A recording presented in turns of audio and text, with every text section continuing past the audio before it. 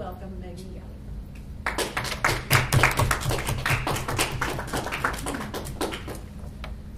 Fellow Toastmasters, I'd like you to take a second to think about a time that you didn't choose your words very wisely. Maybe you got caught up in so much anger and you said something that you'd been thinking for a while, but you shouldn't have said it. Or maybe you just spit something out and you didn't really mean it, but in the moment you did and you wish you could take it back. Or maybe you said something about someone and it got back to them. Doesn't feel very good. Now think about a time that you chose your words, all the right words, very wisely.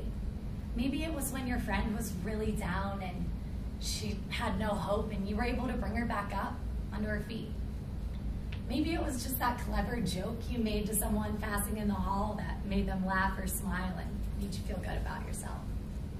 Or maybe it was when you got up to table topics and made the green light and sat down and felt really confident like you were going to get the ribbon that day. It's interesting how both of those situations, different situations, elicit such contrasting emotions. Today I'm going to talk to you about the impact of your words on your life. First, I'd like to talk about the logic behind using your words for positive inspiration in your life. And then I'd like to tell you a story about someone. Although I'm not very close with them in my life, since I heard this story, it's stuck with me ever since. So first, the logic.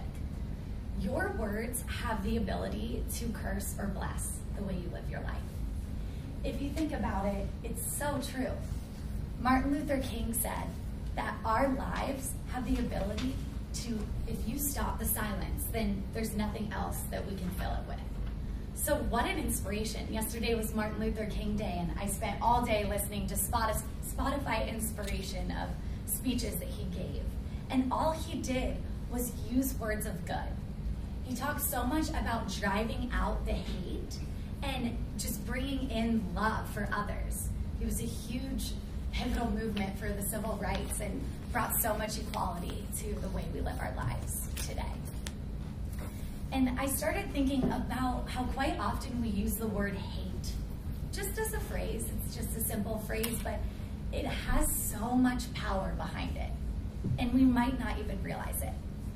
Through our usual language, we say, I hate going to work, or I hate driving in the snow, or I hate cleaning my apartment. And unfortunately, when I started thinking about it, these were all things you're going to have to do anyway. Most people spend so much time hating things that you're going to have to follow through with. So whether we realize it or not, we're taking away any joy that we could have had living out that moment. So I challenge you to take something in your life that you say that you hate. And maybe you don't even realize you're saying it, but after this, you might catch a couple of hates come out of your mouth.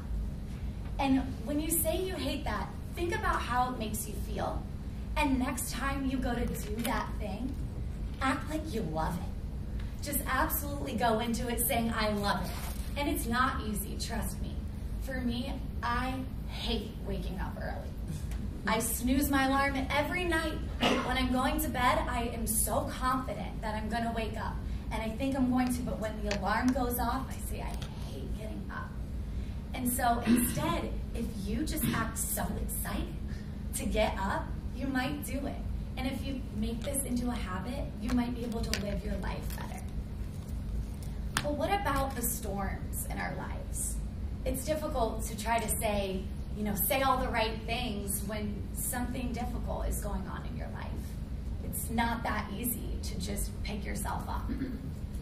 And how do you talk to yourself when trouble comes around? Are you able to lift yourself up, or are you the person that runs to 10 different people to tell them all about your troubles? If you think about it, and I truly believe that we are losing most of our battles with these storms that come into our lives because of the way we're talking about them. How many times do you think that you made a little storm into a tornado just because of the way you handled the situation? A lot of times we think we need to go to people and talk about it, but then it's a follow-up of the problem and how did it happen, and you might have talked negatively about it to this person, but by 5 o'clock it all solved itself and you talked about it to this person, and then you're caught up in this storm of re-explaining and using these words to come back at yourself. It's not easy to pick your words wisely, but I promise if you will find the positivity throughout your day, it will make all the difference. And besides just speaking out loud, how do you talk to yourself? It's kind of interesting because a lot of times we think of words as, you know, giving a speech up here or what you say to people in the hallway, but we actually talk to ourselves more than we talk to anybody else. So how do you talk to yourself? And are you talking yourself down the little storm, or are you making it into a tornado? So I'd like to share a story with you about Maggie. Maggie was a freshman in high school, and she was walking home on a Friday afternoon. She saw across the sidewalk Kyle, who was in a bunch of her classes, carrying home 7 of his books on a snowy day. She thought to herself, what a nerd. Why is he bringing all of his books home on a Friday? But shrugged it off and continued to walk along home. A couple minutes down the path, he was approached by a bunch of teenage boys who knocked him over, had his glasses fly, and fell on the ground. Maggie was mortified by this, and she ran over and grabbed his glasses from 10 feet who had flown away, and as he was picking up all of his books, she offered to help him carry them home. Turns out they actually lived really close to each other, and they were able to make great conversation on their way back. Turns out that Maggie introduced him to a bunch of her friends and brought him to the football game that Saturday, and they all had so much fun. For the next 4 years, they actually were the best group of friends that could be, and Kyle was a great addition to their clan. And it wasn't until 4 years later, when they were graduating, that Maggie realized the significance of that day.